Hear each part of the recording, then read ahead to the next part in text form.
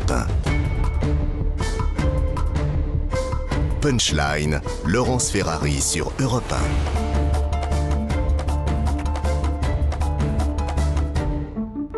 On se retrouve dans Punchline sur Europe 1 et sur CNews avec Jean-Claude Dacier, Jean Garrigues, Maître Golnadel et Sarah El Haïry, secrétaire d'État à la jeunesse et à l'engagement. J'aimerais vous faire écouter, madame la ministre, ce qu'a dit Éric Zemmour c'était ce week-end à Villepinte lors de son meeting, lorsqu'il dit qu'il tend la main à tous les Français, notamment la main aux musulmans. Écoutez-le. Poser une question. Dites-moi, madame. Pour les retraités, vous faites quoi? Absolument rien. Ceux qui ont des petites retraites, maman devait être là. C'est ce qu'on fait avec Action Cœur de Ville. On vient d'entendre Emmanuel Macron qui discutait avec une petite dame qui lui faisait part de ses problèmes de retraite, de petite retraite. C'est très intéressant aussi, on l'écoutera tout à l'heure. Mais là, a priori, c'était plus Éric Zemmour que je voulais écouter. Je ne sais pas si on l'a dans la machine. Allez, on va l'écouter. Non, non, je ne renverrai pas certains Français. Oui, je tends la main aux musulmans qui veulent devenir nos frères. Il y en a, et notre main est ferme et sans compromission. Si vous faites de la France votre mère et de chaque Français votre frère, vous êtes nos compatriotes. Et pour ceux qui refusent, et pour tous les binationaux et les étrangers qui violent nos lois, notre porte est grande ouverte. Est-ce que vous comprenez ce discours, Sarah El Haïry? Est-ce que... Il a oublié un de nos principes fondamentaux, la laïcité. Il regarde finalement les citoyens par leur confession, alors même que nous, notre main, elle ne tremble pas quand on lutte contre l'islamisme. Elle ne tremble pas. On ferme des mosquées, on ferme des associations, on arrête les imams étrangers qui viennent prêcher. On a des actions très concrètes pour lutter contre une idéologie qui est mortifère. Par contre, chaque citoyen a dans sa sphère privée l'exercice de foi ou l'absence d'exercice de foi. Et ce qu'il fait, c'est finalement une exception pour ceux qui souhaiteraient. On est français parce qu'on est citoyen, parce qu'on aspire à partager un héritage, une histoire, des valeurs, des principes. Mais depuis quand on ouvre cette porte pudique de la foi très personnelle? Heureusement qu'on a eu des grandes lois, ces grandes lois des Lumières. Et aujourd'hui, si on enseigne la laïcité à nos enfants, à l'école ou dans le temps associatif, c'est parce qu'il y a deux dangers. Évidemment, l'islam politique d'un côté, et de l'autre côté, tout ce wokisme, ces discours de la cancel culture qui viennent des États-Unis et du monde anglo-saxon. Et si on ne fait pas gaffe, alors notre héritage qui est absolument essentiel pour finalement continuer à construire cette nation forte, il sera délité par des propos comme ceux que tiennent Éric Zemmour et qui en réalité ne fait que servir ces extrêmes qui divisent. Jean-Claude Dacier, sur ce qu'on vient d'entendre. Moi, je pense que votre approche de la laïcité est un peu théorique. Parce que d'abord, on l'enseigne de moins en moins dans nos écoles. La jeunesse sait de moins en moins ce que ça veut dire. Et que vous le vouliez ou non, vous avez 6 ou 8 millions de musulmans dans ce pays qui pratiquent pour l'essentiel, pour la majorité d'entre eux, la religion de l'islam. C'est leur religion. Et ce que je note, moi, dans ce qu'a dit Zemmour, c'est qu'il a adouci son discours. C'est ça qui est important. Pour le reste, on peut toujours en débattre. Mais il adoucit son discours. Il n'y a pas si longtemps, il nous disait, à tort ou à raison, qu'islam ou islamisme, c'était exactement la même chose. Parce que l'islam, c'est pas seulement une religion, que c'est aussi un code culturel, que c'est un code de la vie quotidienne, auquel personne n'échappe quand on prétend être un bon musulman. Qu'on le veuille ou non, cette situation-là, elle pose un problème lourd à l'avenir de notre pays. Parce qu'encore une fois, ça ne concerne pas 200 ou 300 000 personnes. Vous avez, c'est une question de nombre. Tout est toujours une question de nombre. Et là, vous avez des millions. On ne veut même pas les compter. Pour ne pas être effrayé peut-être par le résultat. On ne veut même pas les compter. C'est une lourde erreur, une de plus. Mais que Zemmour, il ne peut pas faire autrement de toute façon. Ils sont français. Et même s'ils pratiquent l'islam, ce qu'il va falloir faire, et ça ne va pas être facile, on le voit tous les jours, c'est qu'ils s'assimilent. Je suis peut-être un peu optimiste, mais au moins qu'ils acceptent. Français, Jean-Claude. Ils sont français. Oui, peut-être, mais peut-être, j'ai pas fini. On va pas commencer à compter. Peut-être qu'ils sont français. Ça me fait penser à des périodes bien tristes. Écoutez-moi, sauf les jeunes qui considèrent que les lois de l'islam sont supérieures aux lois de la République. Eh bien, arrangez-vous avec ça. C'est très simple. Vous savez, et encore une fois, c'est extrêmement dangereux et la ligne est extrêmement tenue.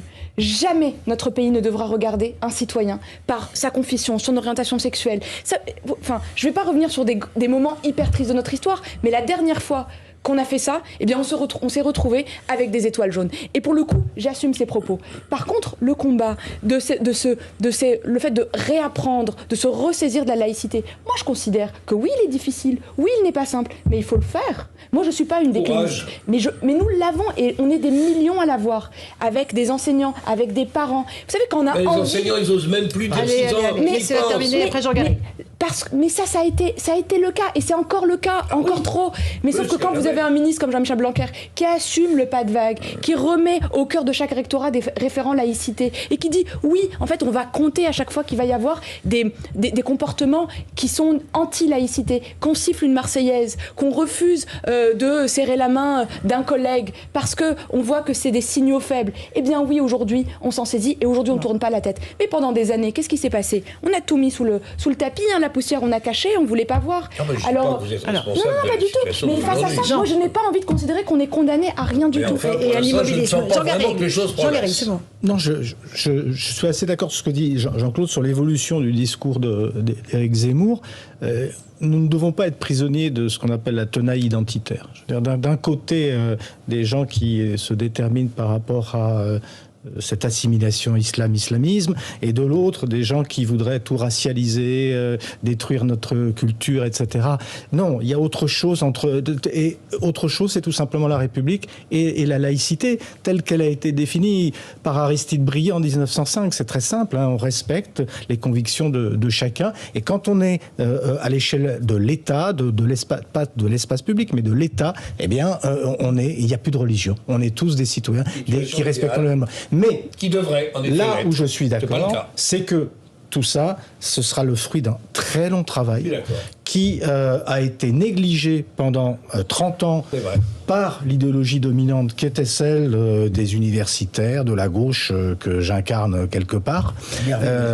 Non, mais avec une difficulté très forte pour ceux qui, à gauche, revendiquaient cette laïcité, cet humanisme et cette nécessité de combattre justement tous ceux qui voulaient aller au-delà de cette laïcité. Une difficulté existait. Tous ceux qui, à gauche, l'ont voulu mener ce combat, de Jean-Pierre Chevènement, même Manuel Valls. Voyez le sort qui a été fait à Manuel Valls. Alors, il a eu ses défauts, par la gauche notamment. Donc, il y a un travail qui est en train de se faire. Moi, je pense que fondamentalement, ce travail, il passe par une prise de conscience collective, des citoyens eux-mêmes. Droite, gauche. Ok, allez. Et en ce sens, et je terminerai juste, pardon, j'ai été un peu long, mais oui. Je sais que je t'importune. Allez-y. Mais vous êtes universitaire, c'est normal. Allons-y. Juste pour dire que, pour reconnaître qu'Éric Zemmour a eu au moins ce mérite à sa manière très provocatrice, sa manière de politiste, de mettre le doigt là-dessus. Les solutions qu'il propose... Et d'obliger tout le monde à se positionner là-dessus. Les solutions me semblent un peu outrancières. Allez, Maître Golnadel, et après on repasse la parole à Sarah Lahiri. J'ai du mal à accepter que Zemmour soit mis dans une sorte d'alternative diabolique où quand il sait de rien, ça va pas, et quand il fait des efforts, ça va pas non plus. Moi qui ne... Voilà. Donc je salue ses propos. Moi qui ne goûtais assez peu cet amalgame entre islam et islamisme, et j'attendais qu'ils disent qu'il y a des musulmans qui ne posent pas de problème, même s'il dit, et s'il pense comme moi, qu'il y a un problème avec l'islam, parce qu'il y a l'islam politique, parce que l'islam est conquérant, parce que vous avez plein de jeunes des banlieues qui préfèrent la charia, qui considèrent à tort ou à raison que par rapport à une civilisation qu'ils considèrent comme décadente, eh ben les valeurs islamiques sont supérieures à celles-là. Moi, je suis pas dans le jugement, mais c'est comme ça. Donc, mais par contre, je considère toujours que celui qui vous parle et qui a la double nationalité considère que le nationalisme de monsieur Zemmour est peut-être, pour être excessif, il risque de tout perdre, et qu'on peut peut-être aller savoir. Il vaut mieux. Je connais des hommes qui aiment 2 femmes à la fois, et j'en connais d'autres qui n'en aiment aucune. Voilà. Sarah Lahiri, sur... Moi, j'aime la France, fondamentalement. Et quand on aime la France, eh bien, en réalité, on s'attache à chacun de ses enfants. Et même quand ils sont extrêmement perdus, moi, je crois qu'il faut leur refaire vivre le projet républicain. Et ça veut dire quoi, leur refaire vivre le projet républicain ? Vous savez, il y a des jeunes qui ne croisent jamais d'autres jeunes différents d'eux. Jamais. Et finalement, ces grands enjeux, aujourd'hui, c'est... On avait cette séquence d'une maman qui avait dit à l'époque Emmanuel Macron, mon fils se demande même si le prénom Pierre, il est vraiment porté par des enfants dans ce pays. Oui. Et là, alors, il y a question de non-mixité sociale. Il y a la question de la non-mixité. Et qu'est-ce qu'on fait ? On réinvestit évidemment dans l'école et on recrée ces moments de patriotisme, de république vécue, pour que les valeurs, finalement, quand elles sont expliquées, elles ne paraissent pas théoriques. Et moi, à tous ces jeunes qui, aujourd'hui, se sentent très loin, en réalité, et de notre nation, et du pacte républicain qui les lie, il faut leur rappeler qu'est-ce qui se passe autour de chez nous. Nous, on a l'accès à la santé, on a l'accès à l'école, on a l'accès à la sécurité, on a un filet, on a un modèle social. Et pour ça, il faut qu'ils l'y goûtent. Et pour le goûter, faire des choses ensemble. Et pour le coup, je sais que je reviens sur ça, mais quand on réunit des jeunes pendant plus d'1 mois et 15 jours en particulier, ils vivent ensemble. Il y en a qui ils se sont parmi jamais les croisés. Propositions des LR, il y avait le service militaire d'ailleurs. Tout à fait. Vous y êtes favorable ? Vous savez, aujourd'hui, le service national universel, c'est un mois.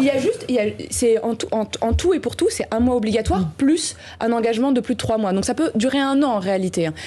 Sur la deuxième étape. Mais on n'a plus besoin aujourd'hui d'apprendre à nos enfants le maniement aux armes. On a une armée professionnelle. C'est pour ça qu'à l'époque, Jacques Chirac l'avait supprimé. Cependant, on avait l'intérêt du service militaire à l'époque, c'était la mixité sociale. C'était le fait d'identifier aussi des jeunes qui étaient plus en difficulté. C'est exactement le projet aujourd'hui du service national, sauf qu'il est plus citoyen, parce que nous n'avons pas besoin de leur apprendre ça.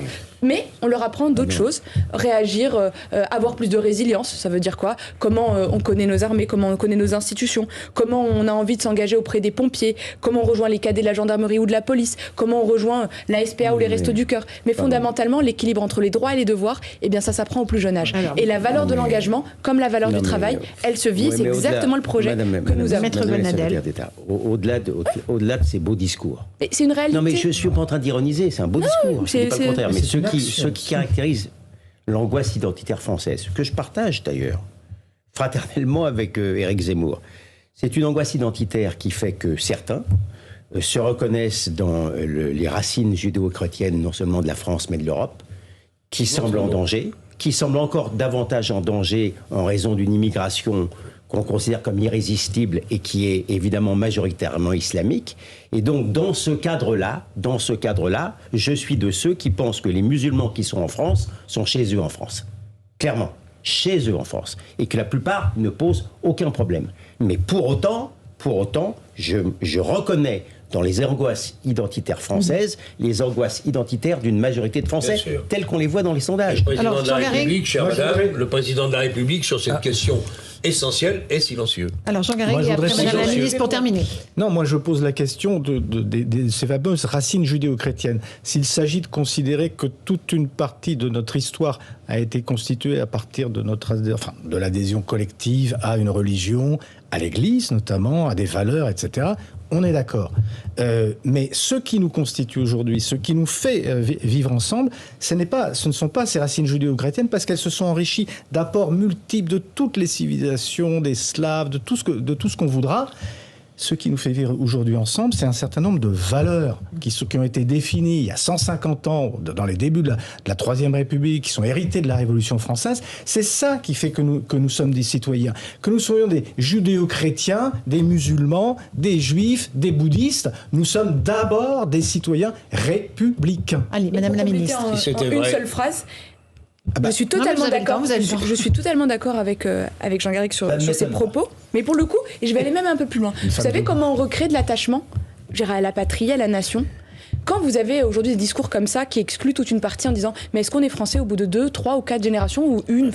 C'est quoi aujourd'hui ? Pourquoi on laisserait d'autres définir si on est français ou pas ? Ça déjà, ça crée de la fracture, ça crée de la division. Eh bien, quand on est français, quand finalement on adhère à ce socle de valeurs et de principes, mais quand on emmène aussi ces jeunes, parfois des banlieues ou des quartiers populaires, ou parfois de zones rurales qui souffrent aussi en réalité d'une autre forme d'isolement, voir nos monuments aux morts, et de leur dire que finalement, leurs parents, leurs grands-parents ou leurs arrière-grands-parents ont versé du sang pour notre pays, pour ces valeurs. du sang ou de la sueur parfois, quand c'est des générations un peu plus récentes. Et ils ont fait quoi? Ils ont bâti notre pays, ils ont bâti notre industrie, ils ont fait cette prospérité. Et donc jamais ne laisser quelqu'un définir si on est français ou pas. On est français ou pas si on le veut et si on se lève le matin pour défendre notre héritage. Vous avez raison, malheureusement, il y a toute une idéologie pseudo-antiraciste qui a fait croire à ces jeunes-là que les Français les détestaient, que leurs parents qui se cassaient le tronc chez Talbot, etc., c'était des idiots exploités. Et ça a fait des gens dans première génération, deuxième génération, qui ne se sentent pas français, malheureusement. Comment on lutte contre ça? Sur le reste, vous avez raison. Et pour le coup, je suis d'accord avec vous sur ceux qui ont fait croire. C'est exactement les discours victimaires. Et en fait, c'est une double condamnation pour ces jeunes. Parce qu'on leur donne même plus aucun espoir sur leur propre vie. Nous sommes d'accord. Alors comment on lutte? Comment on lutte? Solution? C'est par l'engagement. Par l'engagement, en fait, en disant que chacun a une responsabilité, a un devoir vis-à-vis de cette patrie par rapport à ce qu'elle lui donne. Et si nos jeunes ne voyagent pas, si nos jeunes n'ont pas foi en l'avenir de notre pays, si on continue à leur dire que notre pays, il décline, qu'il est faible, qu'il n'est pas si beau que ça, et qu'il est en danger de mort, très sincèrement, ils n'ont pas le courage des conquérants. Et moi, je préfère largement avoir le discours du président de la République, premier entrepreneur de France, qui va être, oui, à la conquête, qui imagine notre France à 2030, qui parle, oui, de choses qu'on ne voit peut-être pas immédiatement, de réindustrialisation, de puissance en Europe, et de me dire, moi j'ai envie d'appartenir à cette énergie-là, parce que c'est comme ça qu'on les rattache, en leur faisant goûter à la fierté d'être français, et certainement pas en les excluant. Du chemin à parcourir avec tous ces jeunes délinquants qu'on aura du mal à ramener dans le giron de la République. Oui, bien sûr. Mais il faut aussi employer. Et un travail de responsabilisation de toutes les communautés d'ailleurs. Parce que ce problème de citoyenneté, ce problème du vivre ensemble, il ne se pose malheureusement pas qu'aux populations, qu'aux communautés musulmanes, il s'oppose à tous les Français. Alors c'est vrai qu'il y a une spécificité. Non mais je suis d'accord. Je suis d'accord. Rapidement, il reste 30 de secondes. l'islam d'atmosphère, de tout ce qu'on voudra, et de l'islamisme. Mais il n'empêche que c'est un problème global. Ah bah si, retrouver le sens de la citoyenneté, pour moi c'est quelque chose qui se pose à tous les Français. Ni les Juifs ni les Berrichons vont faire des massacres dans les mosquées. Allez, sur le sujet de la citoyenneté, effectivement, ça commence dès la famille. Et aujourd'hui, il y a un vrai ressaisissement, normalement, et c'est vraiment un appel aux parents. Faut faire vivre ces temps de citoyenneté, il faut redonner le goût du faire à chaque jeune. Et pour ça, ça commence avec les élus locaux en CM2, avec le passeport du civisme, à l'école, demain dans les assos. Mais chacun a un devoir d'engagement collectif et c'est ça aussi la France. Merci d'être venu partager votre enthousiasme, Madame la Ministre, dans Punchline. Merci, Maître Gonadel. Jean Garrigue, Jean-Claude Dacier, pardon. Merci à vous tous, chers téléspectateurs. Dans un instant, vous retrouvez Christine Kelly sur CNews pour Face à l'info. Et je vous retrouve moi sur Europe 1 pour la suite de Punchline. Bonne soirée sur nos deux antennes. Laurence Ferrari sur Europe 1.